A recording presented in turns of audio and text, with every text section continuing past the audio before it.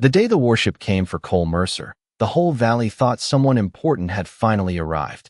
The shadow crossed Barrens Reach a little after 6 in the evening, right at the hour when the western light usually turned the wheat fields gold and the wind came cool off the dry hills. 1 second the valley sat quiet beneath the orange glow of sunset, and the next the sunlight vanished like somebody had thrown a blanket across the sky. Cole Mercer looked up from the fence wire in his hands and forgot what he was doing. The pliers slipped from his fingers and disappeared into the dirt beside his boots. Above him, something enormous moved through the clouds. Not fast, slow, controlled. The kind of movement only came from something so massive it no longer cared how small people felt beneath it. The warship descended through the cloud line without a sound at first, just a shape darker than the evening sky itself. Then the low vibration hit the valley floor. The fence post trembled. Dust rolled across the road outside his property. Somewhere down near the town center, a dog started barking wildly. Then another joined it. Cole stood there beside the unfinished fence line with one hand resting on the wooden post he had spent most of the afternoon setting into the hard ground. He was 36 years old, broad-shouldered once, still strong in the practical way farm work kept a man strong, though the years had worn the sharp edges off him. His dark hair had gone silver at the temples long before it should have, and there was a permanent tiredness around his eyes that sleep never seemed to fix anymore. He watched the warship emerge fully from the clouds and felt something cold settle quietly into his chest.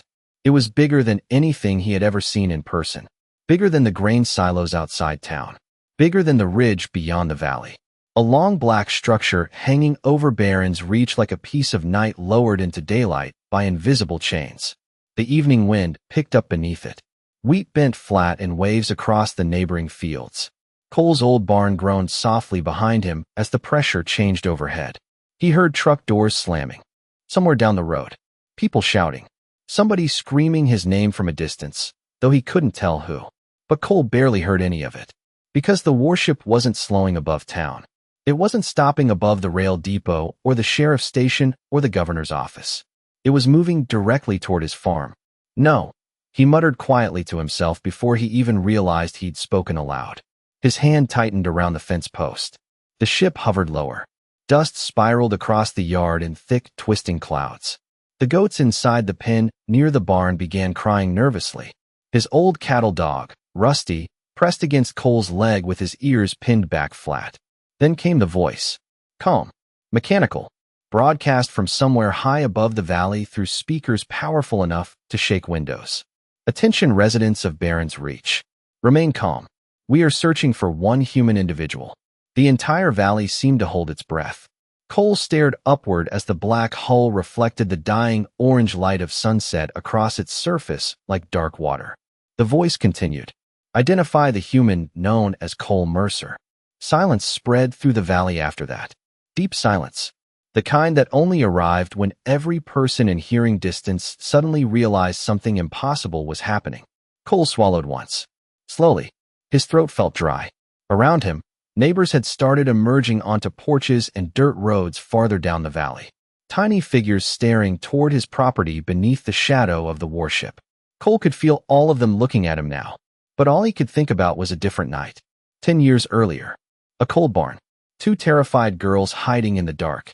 And one small voice whispering the words he still remembered even after all this time. Please, we are hungry. 10 years earlier, Barrens Reach had been quieter in the evenings. The colony lights had been dimmer back then, the roads emptier, the fields less crowded with machinery, and people trying to carve decent lives out of stubborn land. Cole Mercer preferred it that way. Quiet made sense to him after Mira died. Noise did not. He lived 3 miles outside town on a patch of dry farmland that barely produced enough wheat to stay profitable most years, but it was honest ground, and it kept his hands busy. Most mornings started before sunrise. Feed the goats. Check the fence lines. Clear dust from the water filters. Repair whatever the wind had broken during the night. The routines mattered more than the work itself. Routine kept the days moving forward even when the rest of him wanted to stay still. That evening had started like any other. Cole stood at the kitchen stove slowly stirring a pot of stew while the old radio near the sink crackled through half-faded weather reports. The smell of onions and dried herbs filled the small farmhouse. mixing with the faint scent of motor oil that never fully left the place no matter how often he cleaned. Outside the kitchen window, the last sunlight stretched long across the fields in deep gold bands. His dog Rusty slept near the back door with one ear twitching every time the wind rattled the porch screen. Cole tasted the stew, added a little more salt, then carried the bowl to the small wooden table beside the window. The chair across from him remained empty, same as always. He still had not moved any of Myra's things. Her jacket still hung beside the door. Her gardening gloves still sat neatly folded on the shelf near the sink. Sometimes he caught himself listening for her footsteps out on the porch before remembering there would not be footsteps anymore. He ate slowly, not because the stew was especially good, but because there was nowhere else to be. The silence inside the house felt softer when he stretched dinner longer. Outside, evening settled over Barron's Reach in layers. The wind calmed. The wheat stopped moving. Far off in the distance, the colony freight train sounded its low horn as it crossed the northern ridge toward the processing station. Rusty's head lifted suddenly from the floor. Cole noticed immediately. The dog stayed still for a few seconds, ears angled toward the barn outside. Then came the low growl. Not loud, not aggressive, uncertain. Cole set his spoon down. Rusty stood slowly and walked toward the back door with careful steps. "What is it?" Cole asked quietly. The dog did not bark. That bothered him more than barking would have. Rusty only went silent when he was trying to understand something. Cole pushed back from the table and grabbed the old flashlight hanging beside the door. The porch creaked beneath his boots as he stepped outside. The air carried the cool edge of coming night, dry and sharp against his skin. Somewhere near the fence line, a windmill turned slowly with a metallic groan. The barn sat about 40 yards from the house, half swallowed by darkness already. One small side door hung slightly open. Cole frowned immediately. He always shut that door before dinner. Always. Rusty moved ahead of him through the dirt yard with his nose low and tail stiff. The dog stopped halfway to the barn and looked back once as if checking whether Cole was still following. "Easy," Cole muttered, though he was not sure whether he meant the dog or himself. The flashlight beam swept across the side of the barn, catching old tools, stacked hay bales, and drifting dust in the cold evening air. Everything looked normal. Too normal. Then he heard it. Breathing. Small. Uneven. Coming from somewhere deep inside the barn. The sound came again from somewhere behind the hay storage at the far end of the barn. Small breathing. Two different rhythms. One quicker than the other. Cole stood just inside the doorway with the flashlight hanging low in his hand, while Rusty moved carefully ahead across the packed dirt floor. The old barn smelled like straw, machine grease, and cold wood. Shadows stretched long between the support beams as the flashlight beam drifted slowly across stacked feed bags and hanging tools. "Hello," Cole called quietly. No answer came back. Rusty stopped near the center aisle and looked toward the rear corner beside the hay bales. His tail was not raised. That mattered. The dog was alert, but not threatened. Cole took another step forward. The floor creaked softly beneath his boots. "You are on private property," he said, keeping his voice calm. "If somebody needs help, just say so." Silence answered him again. But now he could hear movement too. Tiny movement. Fabric brushing straw. Somebody shifting their weight carefully. In the dark, Cole swept the flashlight toward the back corner and froze. Two figures crouched behind the hay bales. Small. Thin. One of them moved immediately in front of the other the second the light touched them. Protective. Instinctive. Cole lowered the flashlight at once so the beam pointed toward the floor instead of directly at them. "Sorry," he said quietly. "Did not mean to blind you." Rusty walked closer, sniffed the air once, then sat down near the aisle without growling. That eased something inside Cole's chest he had not realized was tightening. He crouched slowly beside an old feed barrel, careful not to move too fast. "I am not going to hurt you," he said, "but I need to know who is in my barn." The older figure shifted slightly. Moonlight from the open doorway caught part of her face now. Purple skin, pale silver hair hanging loose and tangled around narrow shoulders. Cole stared for half a second before his brain caught up with what he was seeing. Alien. Two of them. Children. The younger one clung tightly behind the older girl with both small hands twisted into the fabric of her oversized gray shirt. The little one's face was wet with tears she was trying hard not to make noise about. The older girl looked maybe 12 years old by human standards. thin enough that Cole could see the sharp outlines of her collarbones even through the loose clothing hanging off her frame. Her eyes reflected faint silver in the darkness, wide and fixed on him with the exhausted caution of somebody who had learned long ago that strangers usually meant danger. "Please," she whispered finally. Her voice sounded rough from dehydration. "We will leave soon." Cole blinked once. The words hit him harder than he expected, not because of what she said, but because of how she said it. Careful, rehearsed, like somebody expecting rejection before the conversation even started. He looked at the younger child again. The little girl could not have been older than 6. Her lavender skin looked pale beneath the dirt on her face, and she trembled hard enough that the straw beneath her shifted softly every few seconds. Neither child wore shoes. Cole noticed that immediately. The nighttime cold had already settled into the valley hours ago. "How long have you been out there?" he asked quietly. The older girl hesitated before answering. 2 days. Her trade standard accent sounded careful and uneven, like she had learned the language from memory instead of conversation. Cole glanced toward the barn door where cold wind drifted slowly inside. 2 days. No coats. No supplies. No transport parked nearby.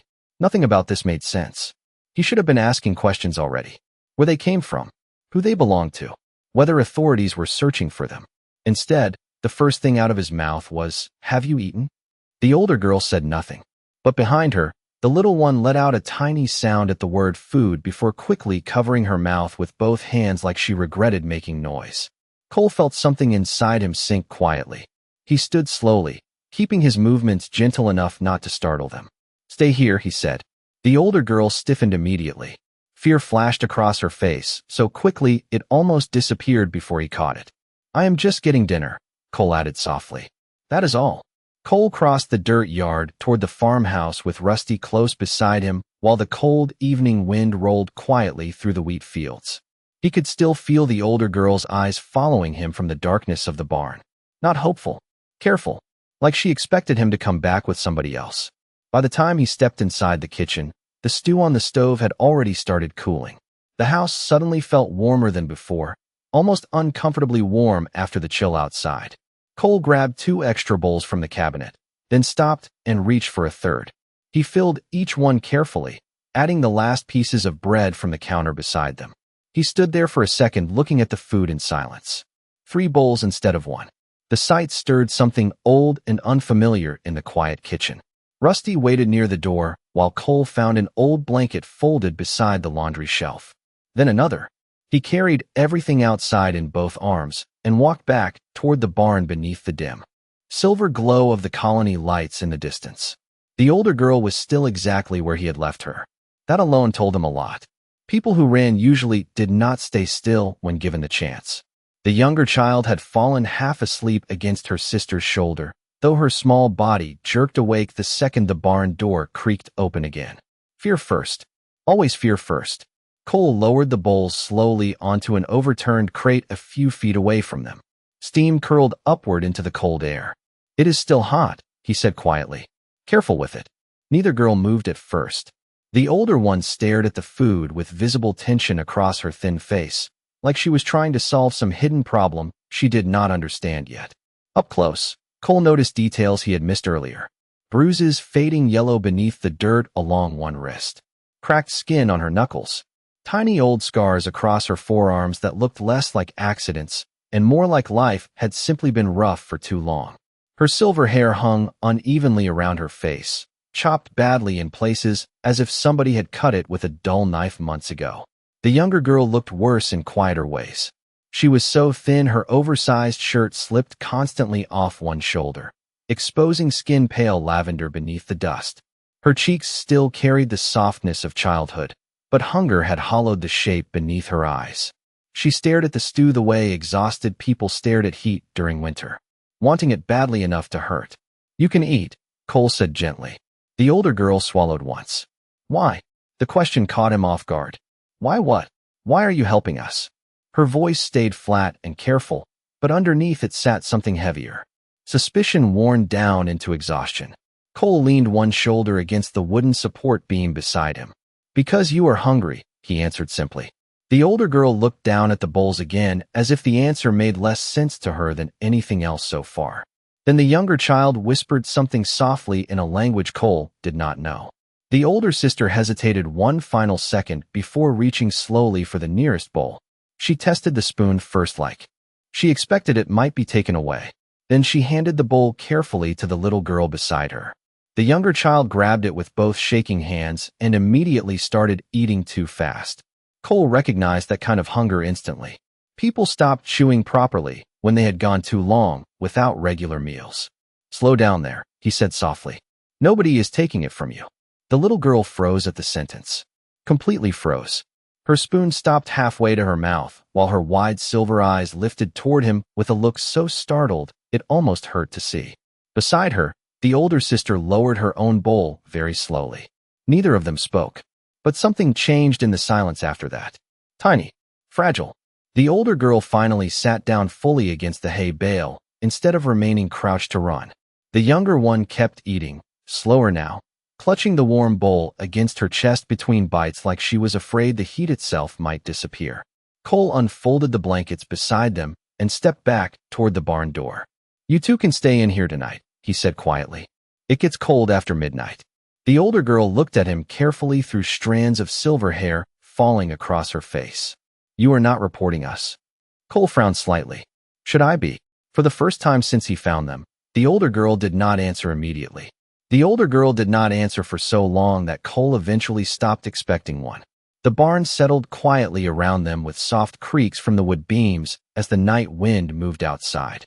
Rusty curled himself near the entrance and rested his head on his paws. The one eye remained half open, watching the girls carefully. Cole stayed by the doorway for another minute before speaking again. "You have names." The older girl hesitated. "Lyra," she said quietly, touching her own chest once. Then she looked beside her. "And this is Mira."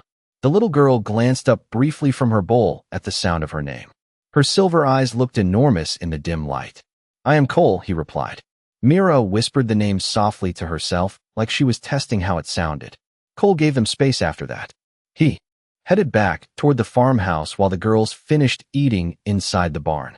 But sometime around midnight, after he had cleaned the kitchen and tried unsuccessfully to sleep for nearly an hour, he found himself staring at the ceiling, listening to the wind outside, and thinking about the way those children had looked at a bowl of stew like it was the safest thing they had seen in weeks.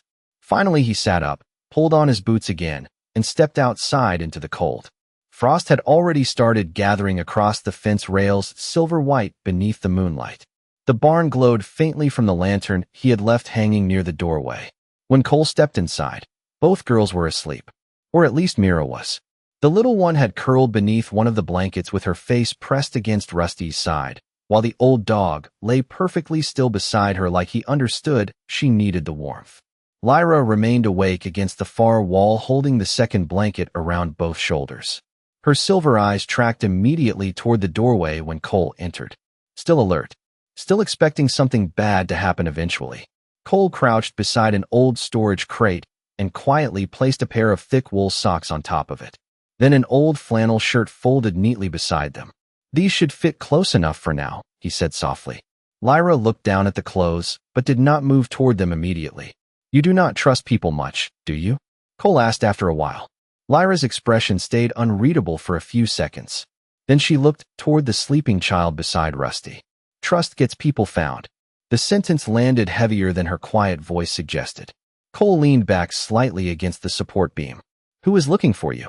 Lyra lowered her eyes at once. "I cannot say. Not refusal. Fear. Real fear." Cole could hear it clearly now beneath her careful calm. Outside, the wind rattled softly against the barn roof, while somewhere in the distance a freight shuttle passed across the night sky like a moving star. Mira shifted in her sleep and tightened one tiny hand into Rusty's fur. Lyra noticed immediately. Every part of her attention snapped toward the little girl first before relaxing again once she saw Mira was still asleep. Cole noticed that too. The older sister never fully rested. Not even for 1 second. "She is your sister?" Cole asked quietly. Lyra nodded once. "I promised our mother I would keep her safe." Cole looked at the child sleeping beside the dog and felt something ache quietly in his chest. He remembered promises like that. Promises made beside hospital beds and graves and kitchen tables late at night when people were trying to hold broken things together long enough to survive tomorrow. Well, he said after a while, you both can stay here until you figure things out. Lyra's eyes lifted sharply toward him. Genuine surprise crossed her face this time. You would let strangers stay on your farm? You are children, Cole answered simply. That matters more. Lyra stared at him for several long seconds without speaking. Then slowly, almost cautiously, she reached for the wool socks from the crate beside her. The movement was tiny, but it was the first thing she had accepted that was not food. And somehow Cole understood that mattered too. He turned down the lantern before leaving the barn again. As he stepped outside into the cold valley night, he heard Myra's sleepy voice drift softly from inside behind him. Is he staying? A pause followed. Then Lyra answered in a whisper so quiet Cole almost missed it. I think he is. The next morning arrived cold and pale over Barren's Reach. Frost covered the wheat fields and silver lines that glittered beneath the first light of sunrise, and smoke curled slowly from the chimney of Cole's farmhouse as he stood at the stove cooking eggs and potatoes in an old iron skillet. Rusty waited beside the back door long before the girls appeared, tail thumping softly against the floor every few seconds. Cole noticed that too. The dog had accepted them faster than expected. A quiet knock sounded against the open screen door. Not really a knock. More like somebody testing whether they were allowed to exist inside a space before stepping into it. Cole turned and saw Lyra standing carefully at the entrance with Mira half hidden behind her. Both girls wore the oversized clothes he had left in the barn during the night. The flannel shirt nearly swallowed Mira whole. Cole pretended not to notice how tightly both children stayed near the doorway instead of coming fully inside. Breakfast is almost ready, he said simply. Mira stared at the skillet with immediate attention. Lyra noticed her sister looking and gently rested a hand against the little girl's shoulder as if reminding her not to rush. You can sit down, Cole added. The girls exchanged a glance first before moving toward the kitchen table together. Every movement remained careful, quiet, measured, like they were trying not to take up too much space. Cole served the plates and set them down in front of the girls.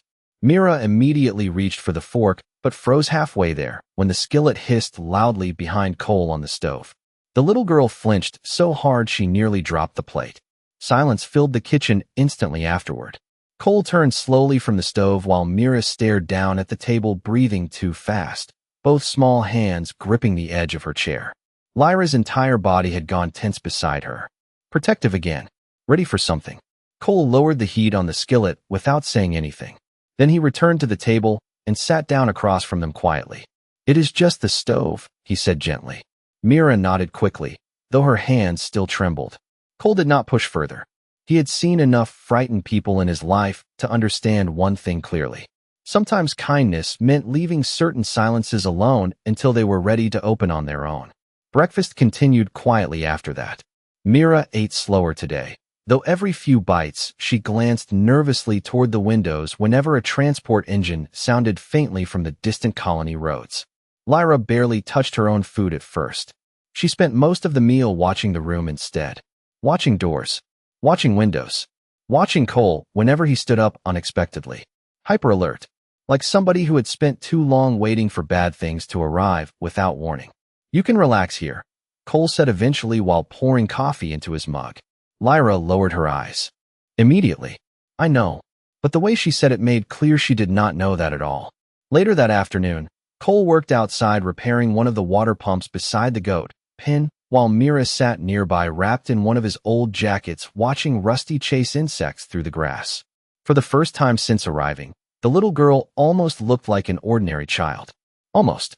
Every time a distant shuttle crossed overhead, her attention snapped instantly toward the sky. Lyra helped silently beside the pump, handing Cole tools before he even asked for them. She worked carefully and efficiently, though she still startled every time he moved too quickly beside her. At one point, the sound of an approaching engine drifted up the road from town. A simple supply truck. Nothing unusual. But Lyra's reaction happened instantly. She grabbed Mira so fast the little girl nearly stumbled, both of them backing toward the barn with visible panic across their faces. Cole stood up immediately. Hey, he called softly. It is okay. Neither girl stopped moving. The supply truck passed harmlessly down the road a few seconds later without slowing near the farm at all. But Lyra's breathing remained uneven long after the sound disappeared into the distance. Mira clung tightly to her sister's side with frightened silver eyes fixed toward the road. Cole looked between them quietly while cold understanding settled deeper into his chest. Somebody had taught those girls that being found meant danger, and whatever they had run from still felt close enough to chase them even here. Days slowly turned into weeks on the Mercer farm, and somewhere during that time the silence inside the old farmhouse began changing shape, not disappearing entirely. Cole did not think silence ever truly disappeared from a place after grief moved in, but it softened. The kitchen no longer felt like a room waiting for ghosts. Morning started carrying smaller sounds now. Mira humming quietly while she fed scraps to Rusty beneath the table. The scrape of Lyra helping stack dishes beside the sink before Cole could even ask. Footsteps crossing the porch at sunrise while cold wind moved through the wheat fields. Outside, tiny things, human things, the kind of things a lonely house forgot how to make after too many empty years. Mira adjusted first. Children usually did when given enough warmth and enough food. Within 2 weeks her cheeks had started losing the hollow look hunger left behind. She followed Cole around the farm constantly now, wrapped in oversized jackets and asking shy questions about everything she saw. Why the goats stomped when angry. Why wheat bent different directions before rain. Why Rusty hated delivery drones, but loved the mail truck. Cole answered every question seriously, which seemed to surprise her at first. One cold afternoon, he found her asleep in the rocking chair beside the fireplace with one of his old work gloves curled against her chest because she thought the leather smelled like the farm. Lyra changed slower. She still woke instantly at unfamiliar noises. Still sat facing doorways during meals. Still watched the road whenever transport engines drifted too close to the property. But sometimes Cole caught pieces of the child she might have been before fear became part of her personality. The first time he heard her laugh, it startled him enough that he looked up from the tractor engine he had been repairing. Mira had spilled chicken feed across both boots and started blaming the chickens for attacking her.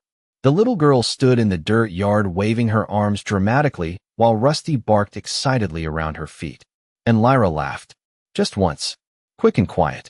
But real. The sound vanished almost immediately when she noticed Cole looking toward her. Still, he saw the embarrassment that crossed her face afterward. Like happiness itself had become something dangerous to reveal. That evening snow started falling lightly across Barron's Reach for the first time that season. Cole added more wood to the fireplace while the girls sat at the kitchen table, sharing a mug of hot cider. Mira had fallen asleep halfway through drinking hers, curled sideways against Lyra's shoulder beneath one of the blankets from the barn. Cole looked across the room at them and felt an unfamiliar ache settle deep inside his chest.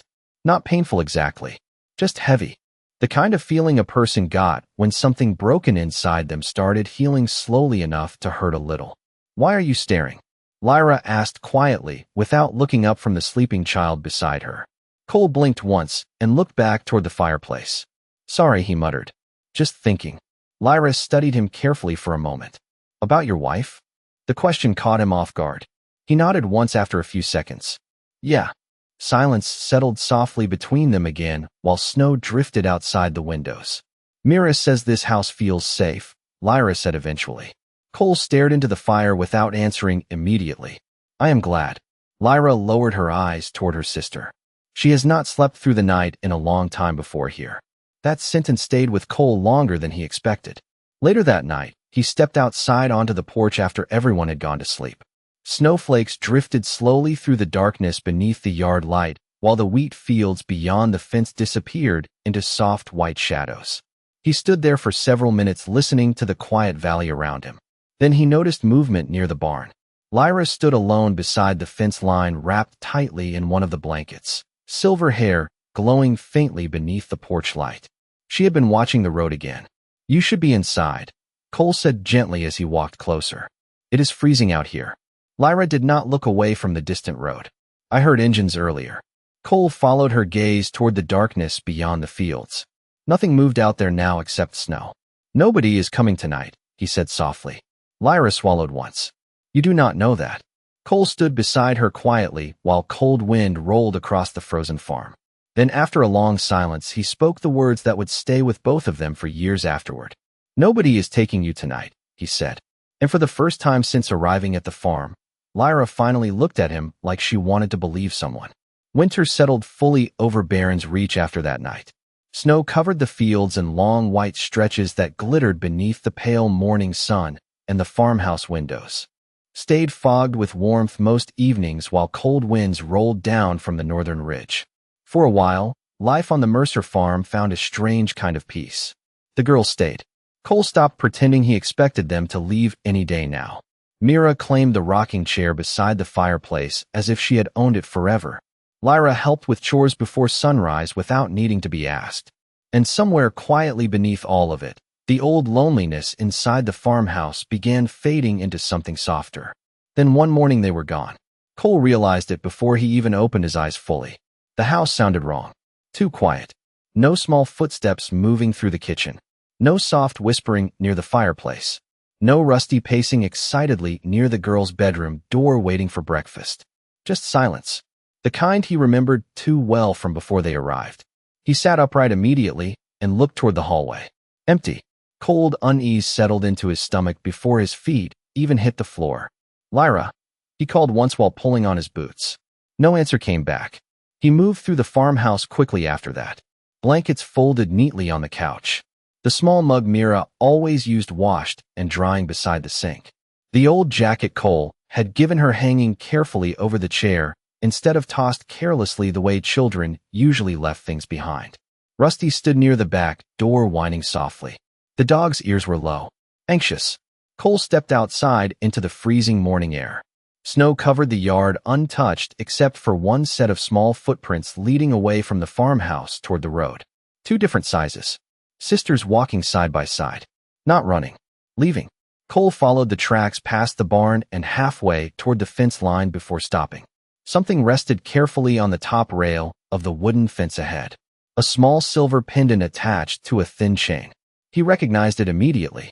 Mira wore it hidden beneath her shirt almost every day. Cole picked it up slowly. The metal felt strangely warm despite the cold air. Tiny, unfamiliar markings curved across the surface in delicate patterns that shifted faintly beneath the morning light. There was no note. No explanation. Just the necklace. An absence. He stood there in the snow for a long time staring toward the empty road beyond the fields. Part of him wanted to go after them immediately, but another part already understood the truth. They had left because they believed staying would eventually put him in danger too. That was how frightened people protected the things they loved. They disappeared first. The days after that felt heavier than the years before the girls arrived. The farmhouse stayed cleaner somehow, quieter somehow, emptier in ways Cole had forgotten a place could feel. Sometimes he still caught himself setting 3 plates onto the kitchen counter before realizing what he was doing. Sometimes he woke during storms convinced he heard Mira laughing in the hallway. Rusty searched the barn every evening for nearly 2 weeks before finally giving up. Winter passed. Then spring. Then another harvest season. Life kept moving because life always did. But Cole never put the silver pendant away completely. He kept it inside the top drawer beside his bed wrapped carefully in one of Myra's old cloth napkins. Every few months, he would take it out and stare at the strange markings across its surface while wondering whether the girls were alive somewhere beneath another sky. Wondering whether Lyra still watched roads every night. Wondering whether Mira had finally stopped being afraid of loud noises. 10 years passed that way. Slowly. Quietly. The lines around Cole's eyes deepened. More silver crept into his hair. Barron's Reach grew larger around him as more settlers arrived and new roads cut through the valley. But some things never changed. Every winter, he still left the barn lantern burning through the night during snowstorms. Just in case. And every now and then, when the wind moved across the fields a certain way after sunset, Cole found himself remembering one sentence more clearly than all the others. "Please, we are hungry." Then the warship came. The warship settled over Barron's Reach like a second nightfall. Dust rolled across the valley roads beneath the pressure of its engines, while people gathered outside homes and storefronts, staring upward in stunned silence. Cole stood alone near the fence line with Rusty pressed against his leg and watched a section of the massive black hull slowly begin to open. A landing platform descended from the underside of the ship with mechanical precision, glowing pale silver against the darkening evening sky. Figures appeared first. Tall alien soldiers wearing dark ceremonial armor stepped onto the platform in two perfect lines. Their silver capes moved softly in the wind while blue lights reflected across polished chest plates marked with symbols Cole did not recognize. Nobody in Baron's reach moved. Nobody even spoke. Then a third figure emerged between them. Cole stopped breathing for a second. Lyra stepped onto the platform slowly beneath the lights of the descending warship. Older now. Taller. Her silver hair fell neatly over dark ceremonial fabric trimmed in pale gold, and the frightened, starving child from his barn was gone from her posture entirely. But her eyes had not changed. He knew those eyes immediately. The same silver-violet gaze that used to watch every doorway in his farmhouse kitchen. The same eyes that used to scan the roads every night from beside the fence during winter storms. The platform touched the ground with a low metallic hum. The soldiers remained still behind her while Lyra walked forward alone across the dirt road toward the farm. Every person watching from town stepped silently aside to let her pass. Cole noticed then that some of the armored guards were staring at him with expressions that looked strangely respectful. Lyra stopped a few feet away from him. For one long second, neither of them spoke. The evening wind moved softly through the wheat fields around them, while the shadow of the warship covered the valley. Cole saw emotion flicker briefly across her face beneath all the calm control she carried now. Relief. Nervousness. Something deeper than both. Then, to the complete shock of everyone watching, Lyra lowered herself slowly to one knee in the dirt before him. Gasps spread quietly through the gathered townspeople behind them.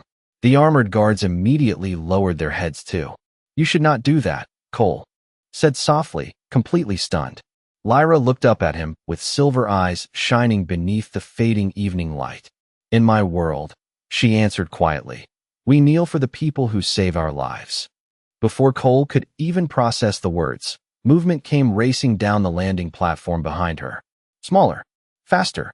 A young woman with pale lavender skin and long silver-white hair ran across the dirt road toward him without hesitation. Mira. Cole barely recognized her at first except for the eyes.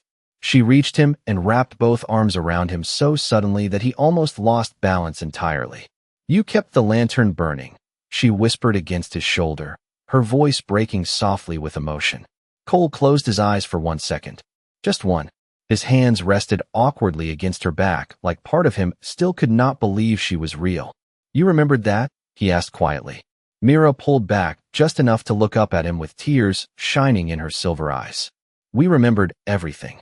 Silence spread across the valley after that. Deep silence. Even the wind seemed quieter now. Lyra slowly rose to her feet beside them while the warship lights glowed overhead like distant stars. "After we left your farm," she said carefully, "people loyal to my family found us before the others could. There was a civil conflict inside our empire. My sister and I were hidden away during it." Cole glanced toward the enormous ship hanging over the valley. "Your family?" Lyra nodded once. "Mira and I are the last surviving heirs of House Vaelaris." Several people behind Cole gasped quietly at the title, though he himself had no idea what it meant. But apparently it meant something important. Very important. Mira smiled faintly through her tears and reached into the pocket of her coat. She pulled out the same silver pendant he had kept wrapped inside his drawer for 10 years. "You kept yours?" she whispered. Cole stared at the pendant in her hand, then slowly nodded. "Figured somebody might come back for it someday." Myra's expression broke completely after that. She hugged him again without another word while the soldiers behind her stood in absolute silence. And above them all, the warship waited patiently over the valley that once held 2 starving girls and one lonely farmer who had simply given them a warm meal when nobody else would.